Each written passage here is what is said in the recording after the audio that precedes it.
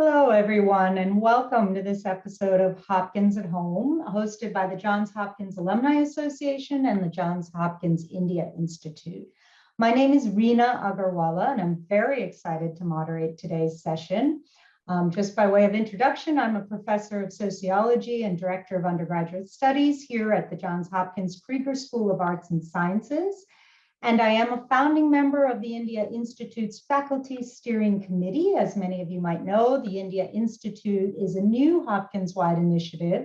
Its mission is to mobilize Hopkins faculty, staff, students, and alumni to work with partners on the ground in India to conduct research, improve education, and affect policy change. And so today's conversation will look at social justice issues, particularly gender equity in the context of India.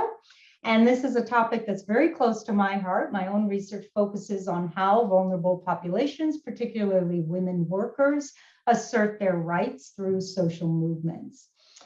And with us today, we have Dr. Swethaa Ballakrishnen, an award-winning legal scholar and fellow social scientist, and Sujatha Massey, an award-winning novelist and a Hopkins alum, which I'm very excited about. Swethaa is an assistant professor of law at the University of California, Irvine, and co-director of the Center for Empirical Research on the Legal Profession. Swethaa holds law degrees from the National Academy of Legal Studies and Research in India, as well as Harvard Law School, and a PhD in sociology from Stanford University. And this year, Swethaa published a beautiful book, if you can see it here, called Accidental Feminism by Princeton University Press, and that explores the unintended gender parity that seems to be forming in India's current legal profession. Sujatha is the author of 15 novels that have been published in 20 countries, as well as 2 novellas and numerous short stories. Her novels have won the Agatha, Lefty, and McCavity and Mary Higgins Clark Awards and been finalists for the Edgar and Anthony Mystery Awards and the Harper Lee Legal Fiction Prize.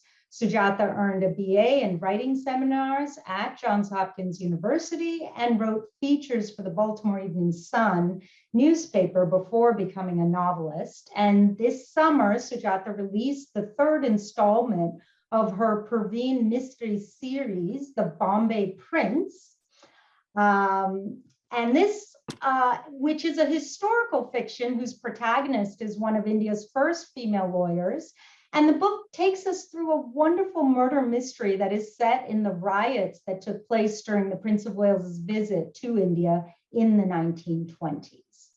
So on the one hand, these books come from, of course, very different perspectives: literary perspective in Sujatha's case, and social science in Swetha's case. And they cover very different historical moments of upheaval. In Sujatha's case, the context again is India's budding independence movement in the 1920s. And in Swetha's case, it's the contemporary era of neoliberalism and globalization. But regardless of these two quite different perspectives, on the other hand, I at least could not help but to be struck by the really unexpectedly, to me, common threads that weave through both books. And perhaps the two most obvious commonalities is that, one, the legal profession in India seems to, based on my reading of these two books, seems to provide a space and some potential for gender equity, both historically and in the contemporary era, or still today. And this is something that I at least had no idea about until I read both your books. And the second commonality that really struck me was that they both take place in the city of Bombay. So I wanted to begin by asking each of you if you could share with us, one, what motivated you to examine or feature women in law in India? And two, why did you each choose Bombay as your site of inquiry? And maybe we can start with Swethaa. Yeah, first of all, thanks for having me. This is such a joy. Now that I've seen the books together, I can't imagine how I didn't think of them together. They're so poised because they've been making me think about my own research. So I was a fellow at a pre-doctoral fellow at Harvard when I was starting this project, and I was really interested in the liberalization movement and sort of how that had changed different kinds of professional spaces. There was a staggered market liberalization that happened in 1991. And some kinds of professions were fully liberalized. And what I mean by that is, foreign firms could come, foreign entry was rampant, both in terms of clients, but in services as well. And for others, like the legal profession, it was a very staggered liberalization. Foreign lawyers are not allowed to enter the market. Foreign firms are not allowed to enter the market. And as a lawyer that was trying to think through what this meant for equity, I was starting to do interviews across different sites in India. And historically, I think, I knew that there was definitely a gender ill representation in the legal profession, right? Only 5% of all India's lawyers, and by some markers, 10%, are women. And so you expected, Rina, like you said, to find a very straightforward pattern of gender inequality in the profession. But in my early pilot interviews, especially in Bombay, there was a definite finding, especially from women, that the profession was not gendered, right? So I'd have interviewees tell me, why do you think this would be different? Like, of course, it's not like we're in old school litigation, or it's not like we're in other hard sciences, or they'd make these comparisons to other professional sides and argue why their life and experience was incredibly different, which to me was a really interesting incidental finding. And so that's how I started working on this. It wasn't like I went there looking for a gender story. The gender story came from the data. And what became like a national project, which I thought I would find what the legal profession looked like across sites, that got really hard because, as you can see, there's so many variations as you think through the subcontinent and its site specifics. But Bombay was really interesting, right? Because it had a representative bar. It was similar to Delhi in that it was a really important bar, but it was not the same because there was a lot of transactional work there. So it was very new kinds of work that happened in Bombay that wasn't happening in other spaces.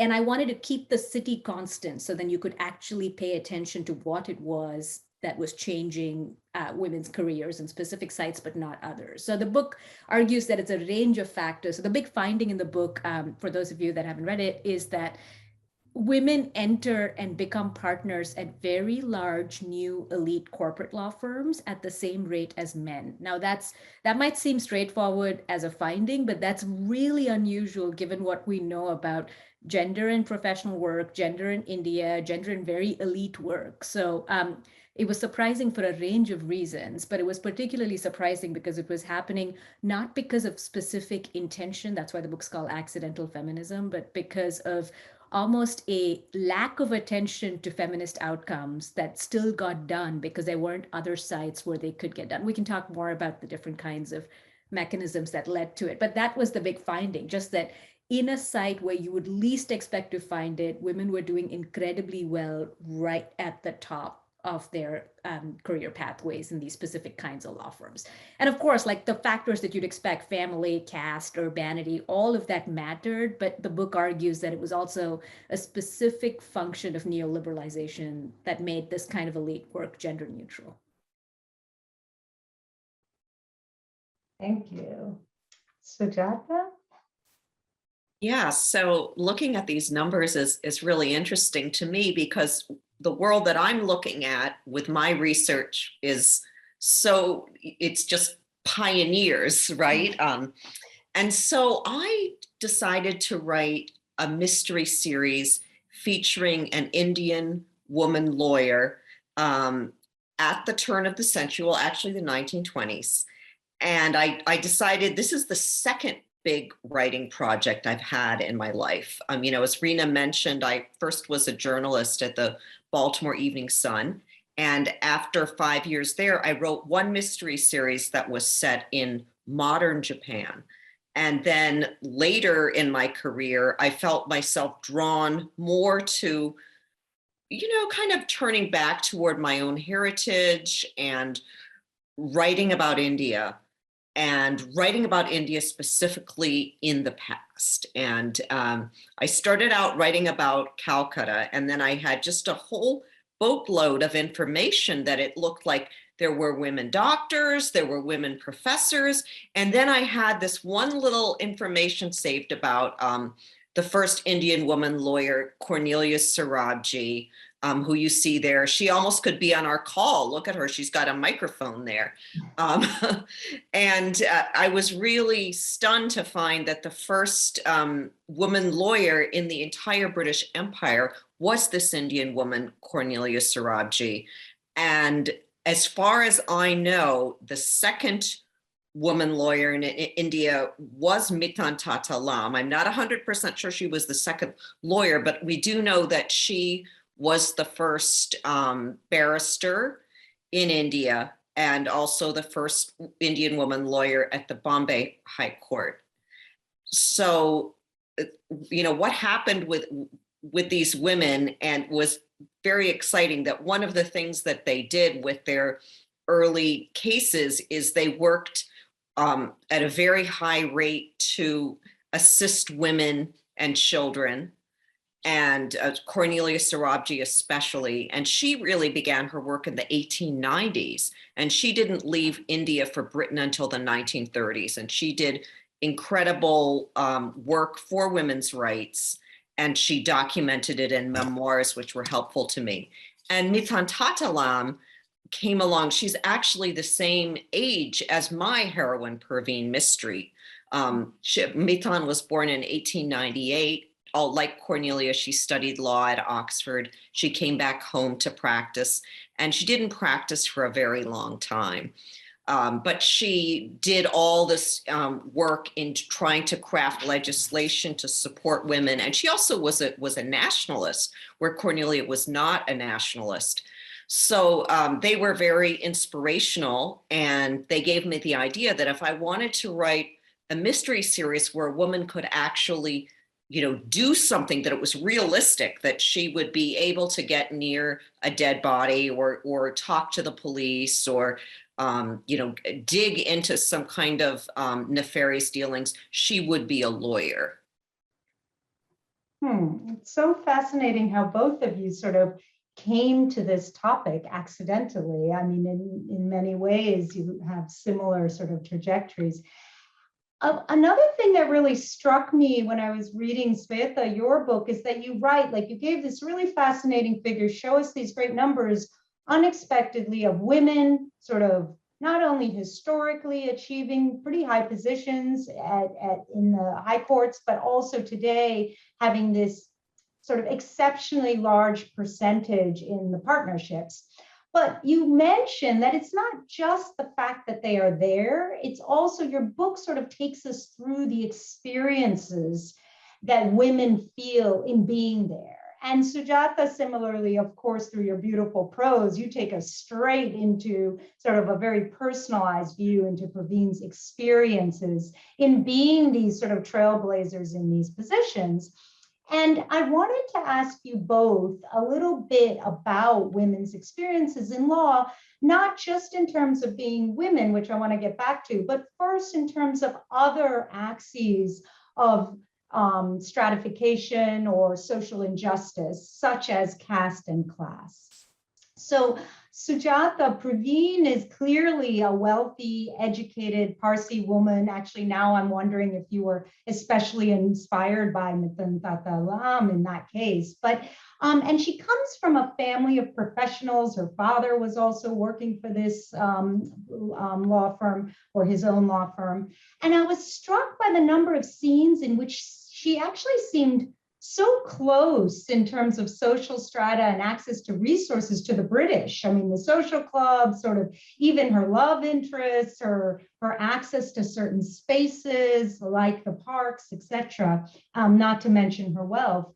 And so I wondered if you could tell us a bit more about how and why you chose this context for your heroine, why Parsi, why this elite, why the fact that her father was a lawyer. Were all those things sort of necessary contexts for a woman to be able to achieve that position? And was that sort of the only group at the time that had the chance of becoming a woman lawyer? Bombay was a really interesting place because it was the largest community of Zoroastrians in the world. And Zoroastrians are an ancient religion. It predates Christianity and Judaism. And when Islam came to Persia, a lot of Zoroastrians emigrated to India, and they started maybe in the 7th century. So there was this long trail, and a lot of them wound up in Mumbai. Well, Bombay, I've got to keep remembering to call it Bombay because the British specifically invited them to help build the city.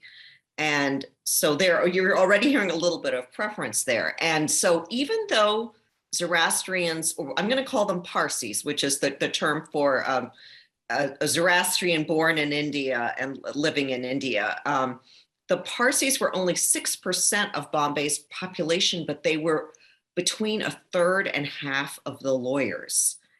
So that is just an incredible, it's just an incredible percentage. And the Parsi people loved the law, and they also were more willing to have their daughters actually do professional work. They saw, honor in that. They saw honor in having a daughter who became a teacher or a principal or a doctor or a lawyer. So when I looked at the history of the early women lawyers in Maharashtra, before it was called Maharashtra, there was Cornelius Sarajee, who was half Parsi and always dressed like a Parsi her life and ethnically identified as a Parsi, even though she was a Christian. And then Mitan Tatalam, who was, from a really well-regarded Parsi family. And both of them had feminist mothers who were educators and social activists. Both of them had progressive fathers. And I used that kind of background. I said, my heroine is obviously going to have a background like that. Otherwise, it's not believable that she'd be able to do all these things. Of course, the challenge is that, fathers are still worried about their daughters and they can still be patriarchal. So I have to think, I'm not going to make this like a 2021 mystery where, she can just go where she wants without permission. She has to get permission everywhere she goes. And in the law that she practices on behalf of women, she has to deal with these different codes of family law for people who are Hindus and Sikhs. That's one code. There's a code for Muslims. There's a code for Parsis. These are all, whether you can get divorced or not, whether you can inherit or not, those are all based on your religion. And then of course there's British common law for everybody else. So, there's quite a lot of balls in the air for Perveen. And it just kind of shows you how hard women had to work to succeed, to get to the kind of place that Shweta is talking about. It's interesting you mentioned the fathers. We did a study of women leaders in social movements, and it was amazing to me when we did these interviews, how many of the women, when we asked, what gave you the courage to sort of stand up in this village and become a leader in this little unit? And the amount of people who referred to their father was disproportionately high. And that's something that struck me, Swethaa, in your book, because the women you feature in the contemporary era seem to be very different from Perveen, even in these elite law firms. You mentioned that they're more middle class, they're domestically educated, although I think Perveen was too, I believe, but certainly not Cornelia. And they were first generation professional elite. So they didn't have the father who was already a lawyer. And would you say then that Indian women, at least in the legal profession today, have experienced a sort of class and caste mobility since the 1920s? If yes, that's really something to celebrate. That's pretty exciting and not something that's talked about enough. What's going on? So I want to start by saying this is a very tiny sliver of the legal profession, right? So all of our celebrations are happening in very tiny silos, and I'm all for celebrating those silos. It's why I wrote the book, but I think that context is super important, right? These are a few law firms in a highly selective market that are recruiting women from very, very selective law schools that are half female. So my book talks, there's an entire chapter on how the education, the domestic education, as you mentioned, Rina, was a really big change that happened in the 90s too. So alongside market liberalization, law schools were sort of becoming more global, like not because they had global extensions, but because they were starting to become highly meritocratic, spaces of neoliberal production of elite lawyers, right? So there was a supply change that was changing alongside the demand for these lawyers in these corporate law firms. And I mentioned that because until then, to be elite, you did have to either have like family or social capital within the profession, or you had to go somewhere else, become big somewhere else, and then come back, right? So there wasn't a natural domestic model for an outsider, so to speak, that didn't have connections within the legal profession to somehow enter and make it big. So I think there is some kind of class mobility. I won't say there's caste mobility. I think caste is inherently embedded in everything. So even when I'm making these arguments, these are forward caste urban Savarna women who happen to be able to navigate these spaces because, among other things, they have urban capital. They went to they might not have gone to elite schools, but they go to English medium schools. They go to an elite law school. And so they're sort of navigating in a space that is produced by neoliberal India in a sense, but is also very specifically elite within its own context, right? So as someone that thinks about this all the time, it's a new version of inheritance, but it's still inheritance, right? So they're different in that they're not coming from ultra wealthy families. They're not coming from a specific set of previous lawyers whose children are then joining the bar. They're not foreign educated. All the women in my sample are domestically educated. And even those that had foreign degrees, those degrees didn't matter that much. It was much more the domestic connections that mattered to them that got them through these firms. But it is important to remember that, one, they were not inheriting their father's sort of legacies. And two, they were not activists. These were women in corporate law firms where the point was not to push a feminist or a gendered agenda, right? Like they were in these firms doing fairly gender neutral work is how I think of it, right? Like this was transactional work, often for either big domestic clients or foreign clients. And so it wasn't so much that they picked this up because they were going to change the world through this work. It was literally representation, which is why the book, when it says accidental feminism, and I labor through what it means to be an accidental feminist, both for these law firms, for these women, for these organizations more generally, it's because I am not fully convinced that the mobility is towards a cause that's bigger than the individual successes we're celebrating here. And that's worth sort of deliberating on. So on the subject of feminism and activist feminism, I wanted to ask you both about women's role as caregivers, especially women lawyers' roles as caregivers. So again, I want to start with Sujatha because Perveen doesn't have children. And there's several sort of very poignant moments in the book where Perveen sometimes seems sad about it, and at other times resigned and sort of excited by her future law career that seems to be budding at the moment. But throughout, she seems to see, and I may be misreading, but my reading was that she sees or she frames her legal profession and career as an alternative or a replacement for motherhood. And motherhood is sort of personified by her sister-in-law who's expecting and attending social clubs and is not a lawyer and is as far as I remember, not working in the public sphere.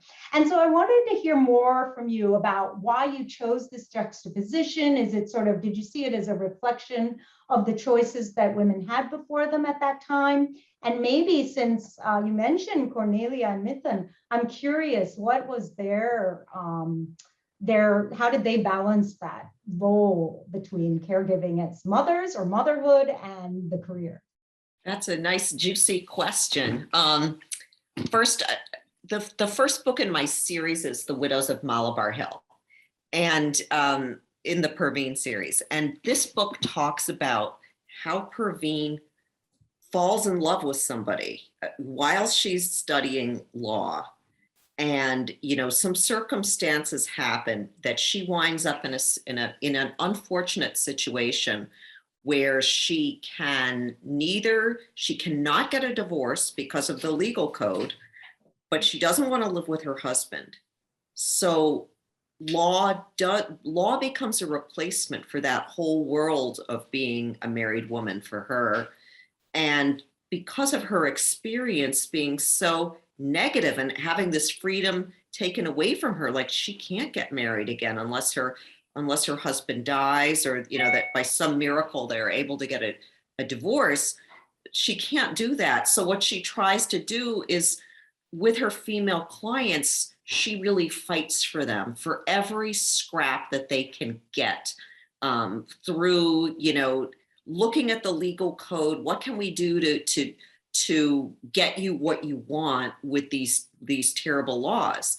So going from there, I want to talk a little bit about Cornelius Sarajee. One of the things about these women lawyers is they were orbiting in this space where there were a lot of British people who were judges, and they were other, you know, advocates, and they were in the ICS. So that if you're a Parsi single woman and you're orbiting like that, you might actually fall in love with somebody who was British. And there were more of these marriages and affairs, you know, with Parsis than with people in other faiths in India. And Cornelius Sarajee fell in love twice with, one was an ICS officer and another one was a judge. They were both British. They both broke her heart. She never got married. And she lived to a ripe old age. And I sort of think about my heroine, like I see her that way. I see her freedom as being defined as not being married. Mithun Tata married pretty quickly after she became a barrister, and she stopped showing up at court. She stopped arguing cases in court. Her whole work moved to this like social work. And she did a very important thing. One of the many important things she did was work on convincing this group of Parsi elders to change the marital law so that people could divorce. And that didn't happen until the 1930s, 1936. So she did a lot, but she was unable to keep working after she got married, or that's at least my interpretation of it. Fascinating. And Swethaa, in your book, you write that the career trajectory that happens to be in place, not due to activism, not due to feminist ideals, but just happens to be in place in these elite law firms, happens to coincide really nicely with sort of, you know, reproductive and social life stages and the demands of childbearing, child rearing, etc. And you sort of argue that that might be one of the reasons why women are not only able to join these firms, but actually able to move up while still not having to make that choice between motherhood and career, but rather sort of having it all and becoming partners. And in your other work, you've mentioned that elite women in India actually have more child support because of hired care that they have access to, as well as extended family, than elite professional women do in the US, for example.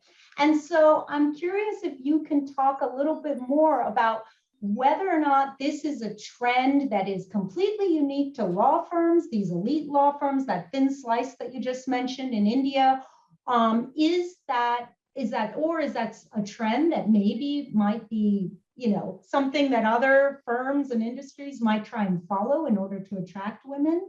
And as well, is this trend one of the reasons women are even going into law in the first place? I know you're saying it's all accidental, but there's some sort of decision-making going on along the way. And I'm curious. Right. I mean, as sociologists, we know that it's not all just structure, right? There's agency, there's constant agency in response to these different structures, even if the structures are changing constantly. So first of all, I just want to start by saying you read my work so closely. It's such a generous honor. I appreciate you reading the book so thoughtfully. You're right. So I think it's a very different logic than 100 years ago, right? Because it isn't necessarily that freedom can only be bought via non-marriage, right? Or marriage of a specific kind. And I think that's important to pay attention to. But the big argument in the book is that it's also a function of timing, right? So it's just that when they finish law school, right? So law is a 5-year degree in these elite law schools. So you finish law by the time you're 21. And so you still have 9 years to make partner, or like 10 years to make partner, and you're still not doing it at the cost of not having other life course choices that women typically make happen. An important caveat there is that, having children in your late 20s is still a very modern demographic trend, right? Like this is not an established trend. So having partners of choice, having children on your own timeline, all of that is a function of a very specific modern version of what the demographics of Indian life choices look like. So that's worth keeping in mind. But the two, I think, important factors there is one, access to extended family. So childcare is really predicated on who can help you do that childcare and whether it's a gendered childcare. So the reliance that a lot of my respondents had was not just on sort of extended family that could live close by or with them to like take care of the child, but also, domestic help that was available across contexts for almost all women, right? So access, and that again is caste dependent. So speaking of like, to your last question, this isn't a caste agnostic or a class agnostic outcome. Like this is entirely predicated on who was able to have access to labor forces, and the domestic labor force in India is almost entirely caste dependent and incumbent. So I just wanted to make that connection to your last point, and to the question of whether organizations were actually going to start using this, right? Or if this is going to become like an agentic thing that they started using, not just in law firms. I think across my site, so the comparison in the book is to very elite management consulting firms, right? And sort of they also had access to childcare in these very similar ways. It's not like just lawyers had access to childcare. Everybody has access to childcare, and that differentiates them from professional women in the US, for example, or in the global north more generally. But the difference was when they were seen as taking advantage of those choices, right? So if you did it as a junior associate, if you decided to have a child and you came back, then the kinds of power you have to renegotiate your career choices is very different than when you decide to have a child when you're a partner and you already have a client base that's dedicated to you that thinks you're going to come back, right? So when that time away, so in the US, the data shows that at 7 years is usually when the trickle effect starts. 6 to 7 years across sites is when women start to transition out of their jobs. And it's usually because there's a life course intervention. They decide to have children or they decide to do care work. But in India, because that 6 or 7 years happened after their early 20s, it just changed the nature of it. So it's not so much that other people didn't have access to care work. It's just the structure of the industry meant that when they needed that access was just more beneficial for their own careers. And that was, again, caste and class dependent in really, really effective ways. Another thing that struck me in both your works is the role of the West. I don't know, broadly speaking. Swethaa, you, of course, take on globalization straight on, and these elite law firms are not just elite within India, but they're also a sort of a new group almost that interacts or defends or has Western clients. And you talk about these scripts where they're trying to show their Western clients that they're more progressive and they have more equal gender norms, etc. But Sujatha, in your book also, the West sort of features. I loved hearing the biography of Cornelia and her two love interests, because I was curious, why is Perveen's love interest often, these British people, although in the end I know the second one was not, in fact, but at first I thought he was American. And I'm curious, one could walk away from both the books thinking, wow, this is a real sort of, the West are these modern progressive gender equity heroes in these books. And I'm curious if anyone has asked you about this and what your take on that is. Well, I wanted to write a book that really looked at colonialism in a full, like a full circle. And what I've found in my research is that there were, of course, those horrible, horrible people that, everything they said about Indians was terrible. And it was, I mean, colonialism was about suppressing Indians and having power. At the same time, there were people who entered the ICS And then they kind of woke up when they got to India. Like one of the big things that happened in Calcutta was this big famine in the 1940s during the war, when the British took so much rice that was produced in India and they took it away for the troops fighting the war. And then there was a famine where 500,000 people died. And so the letters that I found letters to the editor of the newspaper, how outraged they were at the government by British people. So I have this character, Colin Sandringham, who is sort of cut from that cloth, who's sort of waking up, and Perveen is waking him up. But the fact was that the Parsis were the group that moved most between people in India. They moved between the British, and they worked with Hindus, they worked with Muslims. They prided themselves on having a reputation for trustworthiness. And that was one of the beliefs of why they were successful in law, that they were seen as this neutral party. So it works really well to have a neutral party. And I need, in order for my stories to succeed, because I want to talk, for example, this novel, The Bombay Prince, is about what happened when the Prince of Wales, Edward VIII, came to visit in 1921, and there were just a tremendous amount of riots, and Mahatma Gandhi he was an activist living in Bombay at the time. So I want to capture that and capture the details of what really happened, and also capture the details of how people came together to get through that riot, how they managed to, close it down, this was actually Gandhiji's first hunger fast. And that really, the hunger strike, resulted in things calming down. But I feel it's important to sort of give everybody credit where credit's due, and also, point the finger at them when that's deserved also.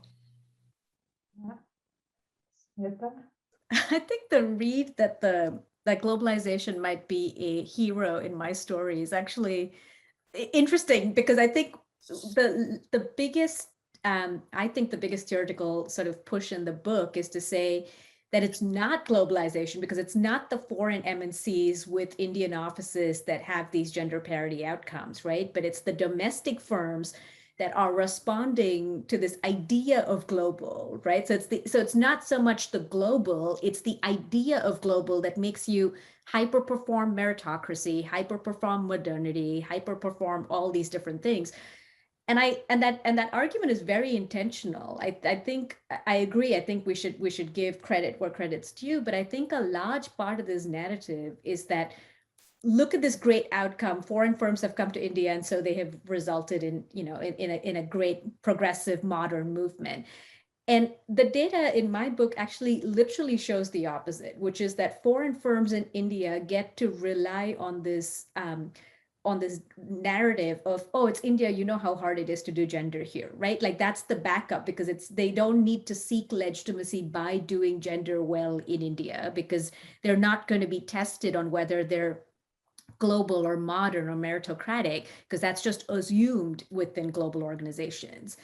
But with Indian firms that were responding to foreign markets, but competing within older versions of themselves, so much of the identity came from distinguishing themselves from other kinds of firms, but also hyper sort of performing a certain kind of global meritocracy that they assume, because again, it was the structure of these firms as domestic firms hiring domestic lawyers, but responding to foreign lawyers because the market was closed, vis-a-vis, multinational firms in consulting or banking or all of these other industries that had Indian offices of their very global operations, but didn't need to do gender in the same way. So I think it's quite the reverse. It's not so much that globalization was the outcome. It's literally that it helped shape a very specific model of what they thought they were responding to.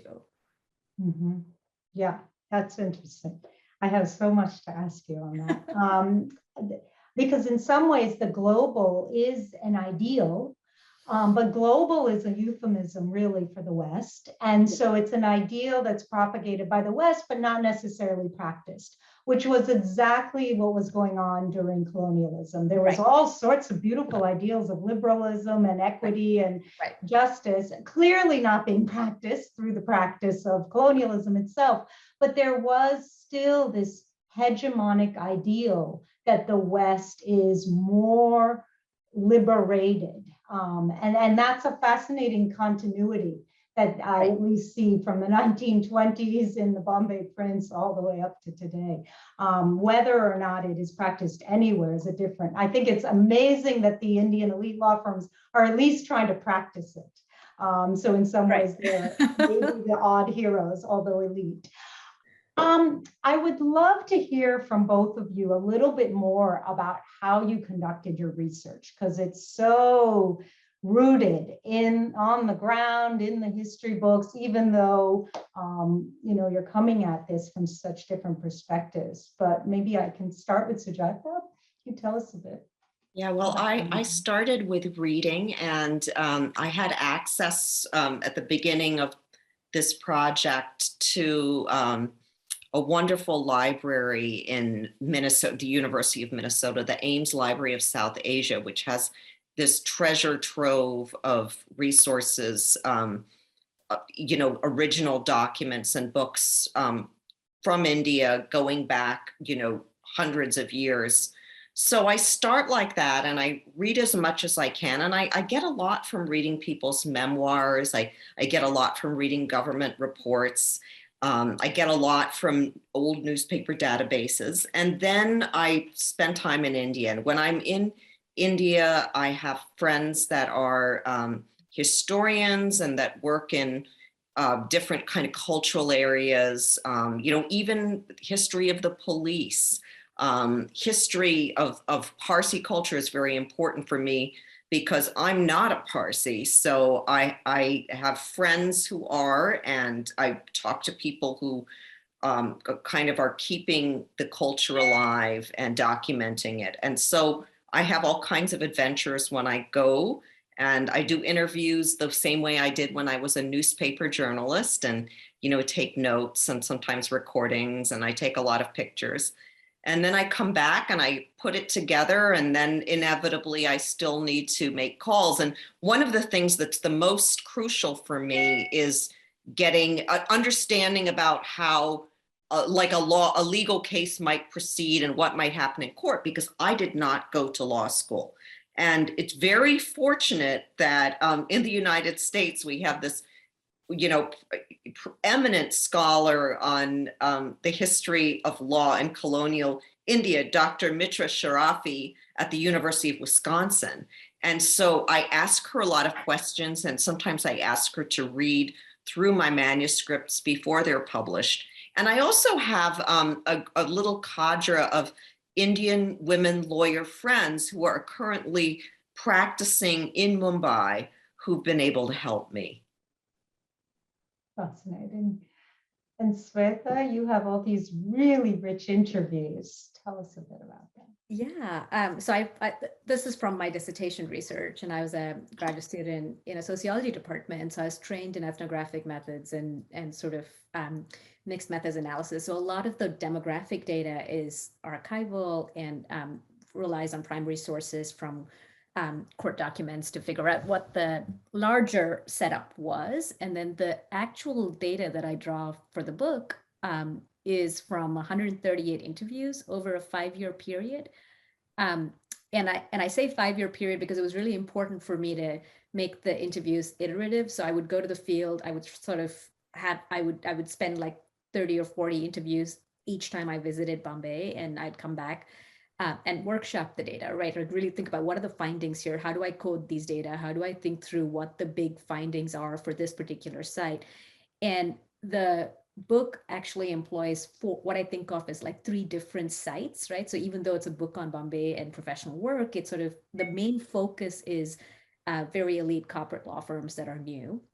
But to make the case for why this was important and different, I had to contrast it with other sites. So I did interviews with sort of what you think of as old school lawyers, right? Like litigators in much more traditional setups, which would look a little bit like the firms Perveen might have practiced in if she stayed on to practice in a firm, right? Like, and because in Bombay, a lot of those firms still look like they did in the early century, right? Like, I mean, if you walk past, I mean, I spent years in Bombay and I used to be a corporate lawyer in Bombay, right? So this sort of like walking through these spaces, it's so viscerally different if you walk past Parel, which is sort of has its own logics of what that space looks like, as Maura Finkelstein has this great book on the archive of laws on what Parel looks like now and what it means for Bombay to have these really great law firms at a site that used to be a mill compound, right? Like there's what is not thought of as like Midtown Bombay, which is where all this work happens.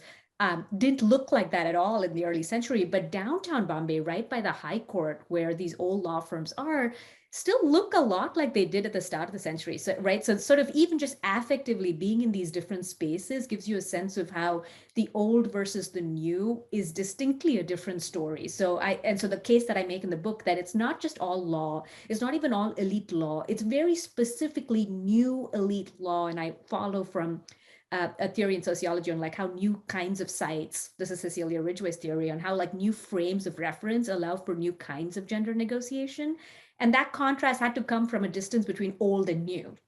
And then when I went back on one of these trips at a workshop at Stanford, like a graduate student workshop, someone said, oh, this makes sense, but why don't all new professional work sites have this? And you know that's a question someone's going to give you, right? So if you write a book about professional elite work and you're trying to make an argument that this is something that's truly unique, the comparison points become really important to make that case, because it's not all professionals in the country. It's a very specific demographic. And so I said, yeah, you're right. I wonder what that is about new professional work. So I had to find another site that was as elite, that was in Bombay, that sort of still recruited very elite middle-class people that still were super elite in their educational credentials. And so then I went back and started doing these interviews with business consultants and bankers. And the reason I say it was a 5-year project is because, which wasn't great for my graduate school program, but it was great for the book, I think, because it required me to keep making sense of what the data meant on its own terms and what it meant comparatively. And so there wasn't just a blanket finding. It was really triangulated each time I went back to the field. And it was really embedded in my own reflexivity. Like, I am a cis-presenting Savarna person of color, like in the United States, but I'm also coming with my own privileges when I go into these fields. And so trying to think through what that meant for the data was something that I had to keep reassessing while I was doing this work. I've got a question for you. Was it hard to get people to trust you? I mean, to get those interviews with these people are busy. They might be worried you'd be giving away information. Right. No, I'm so glad you asked that. Actually, I'm a fellow at the Harvard Center for the Legal Profession. And I mentioned this because that elite sort of, background, like they just assumed I was there because obviously I was there as a fellow from a global logic, right? So it's just speaking to Rina's point, there was this invisible hand of where legitimacy comes from. And I was a social scientist, like I was a graduate student. A lot of people thought they were helping me write the school project, right? Like, and which is true, it was a school project, it was my dissertation.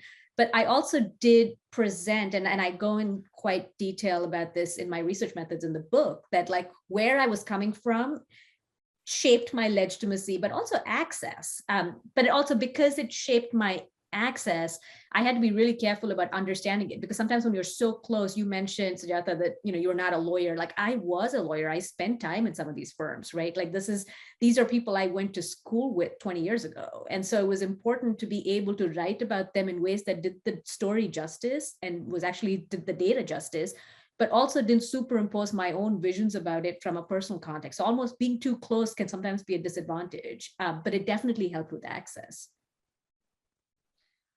Well, I'm going to open up the floor in a moment to questions, but before I do that, I just wanted to give you each a chance, because I'm also dying to hear where you're going to go next. What's your next project? Sujatha, you want to start? Okay. Well, I'm in the last few chapters of my 4th mystery about Perveen, and this is a mystery about reproductive rights So it's, you know, a little bit, it gets, you know, brings in the situation with her sister-in-law who's had a baby, and Perveen is representing a client who's been charged with abortion, which was a crime at the time, but it wasn't usually brought to court. So, you know, so the kind of things that we're going through today, people were going through then. And so, you know, that's been a very interesting project for me. Oh, that's exciting. Very timely. And Swethaa? So my work is starting to think more generally about equity, diversity, and inclusion, and how to think about sort of invisible inequalities. I'm particularly interested in diversity metrics that sort of put a strain on those that are already on the periphery, right? Like to navigate and perform what it means to do good diversity, especially now that all firms and organizations are trying to like diversify their workforce. What is the, like, on the one hand, that can seem like a great progressive move, but what is the toll it's actually taking on students of color, on sort of junior entrance into the profession, trying to, you know, make their case for how diverse they are and what kinds of inequalities are embedded in trying to make something more equal. So, and that's going to be a study on the U.S. or India? Yeah, it's slowly, it's much more U.S. focused. So I'm excited. I'm excited to sort of extend these organizational logics. That will be exciting. So anyone who has questions, please feel free to type them into the chat, but we've already received a few that I want to turn to. And one of them is actually, the first one is very relevant to this discussion about your future work, because someone has asked, have each other's books influence where you want to take your work next?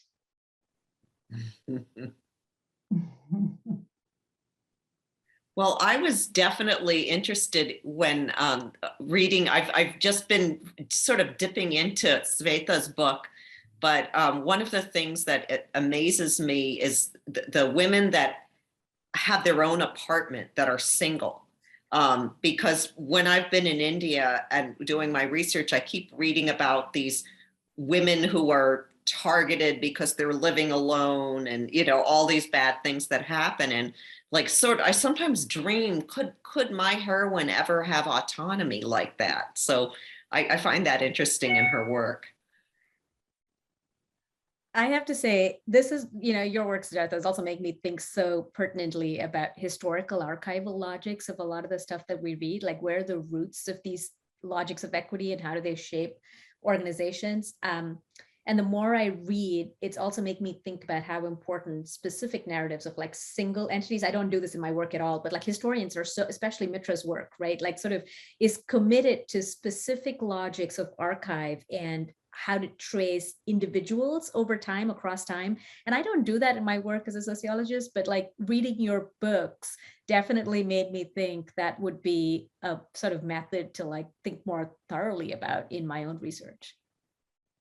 And I love that I love hearing, really, just a second, Swethaa, on that, because we don't do enough of it in our work, and our work then becomes a little depersonalized. So for me, it's such a sort of, it's so thirst quenching to see these faces and hear these personalities and hear how you really trace these lives of Cornelius Sarajee and Mithun Tatalam.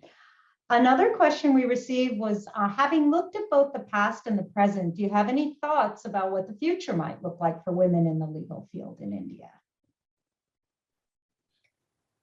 I can start, because I expect the sociologist's response to that is going to be pessimistic. But I think there's a path dependency, especially in these firms, on what this can look like, right? So it's not so much what it will look like, but there is a path dependency in that at this point, about 50% in a lot of the top firms are female, right? Like either in senior positions of power or in partnership or in senior partnership.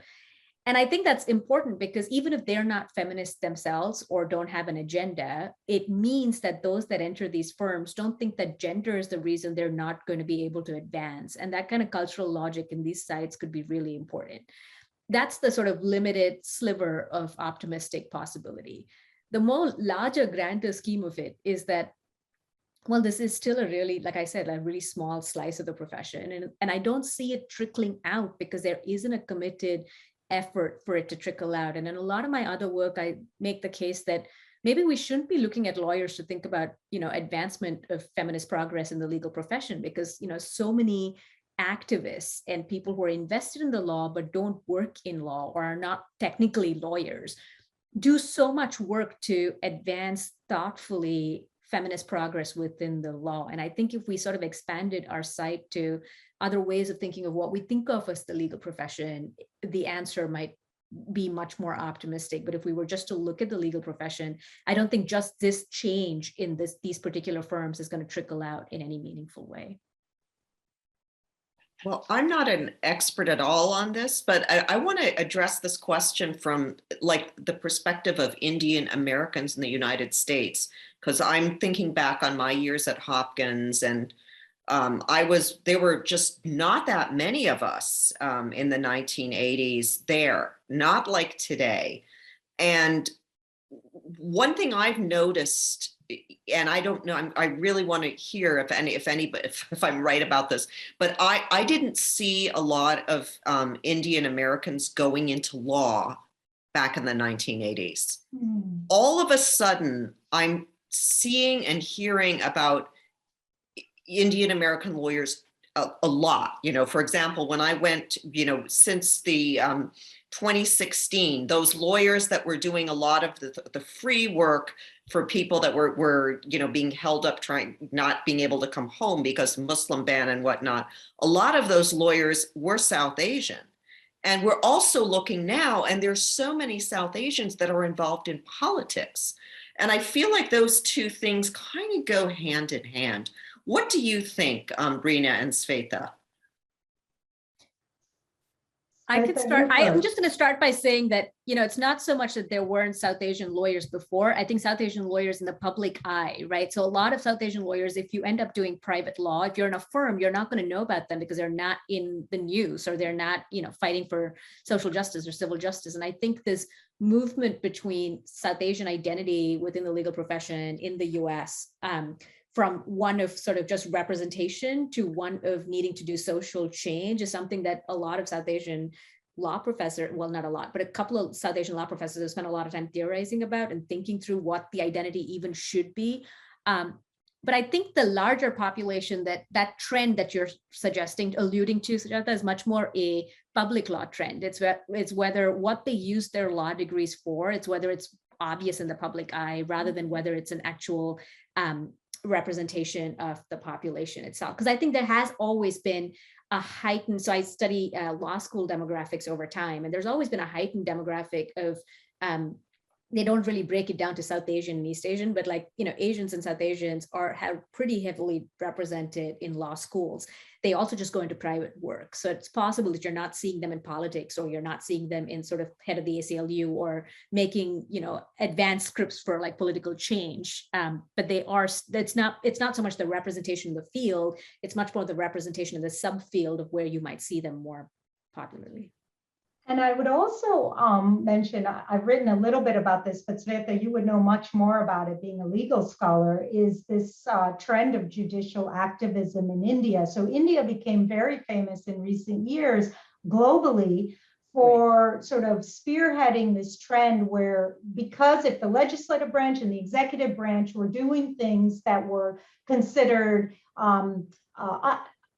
undermining social justice, suddenly we have the third branch, which is really meant to implement what already exists, actually taking the law into their own hands and using it to do activist social change. Right. And India did quite a bit of that, where you had these very progressive judges initiating class action suits and representing not an individual, but an entire population, and initiating suits that would sort of foster social change. So I was thinking, if you have women only staying in corporate law, then I'm more pessimistic about what the future holds. It might be more gender equal, but in an elite sense. But if you have women doing sort of mimicking the trend or replicating the trend that you've just mentioned, might be also happening in the US, where they're not just going into law, but they're also going into public law or public interest law, and even initiating judicial activism, which can come from all directions of the political spectrum, of course. But then I get more optimistic about what kind of changes they might enact, not just for gender equity, but also some kind of social change for class. So we don't want just gender equity for the elite, but gender equity all the way down. So if a Perveen could help not just the highly educated students, but also couple of the poor women that are, facing all of this, then I get more optimistic. We're coming up to the hour. We do have some more questions about reproductive rights and choice factors in both your work, but unfortunately we're out of time. So I'm going to have to close our conversation here. Thank you both so much for taking the time to join us and for writing these absolutely marvelous and beautifully written books, which I should add are very accessible, which I very much appreciated. I hope those of you in the audience will sign up for the India Institute's newsletters and continue to follow what we're doing. And if your circumstances allow, lend your support. We look forward to seeing you next time. And thank you again, Sujatha and Swethaa. Thank you so much. Thank you so much. Bye-bye.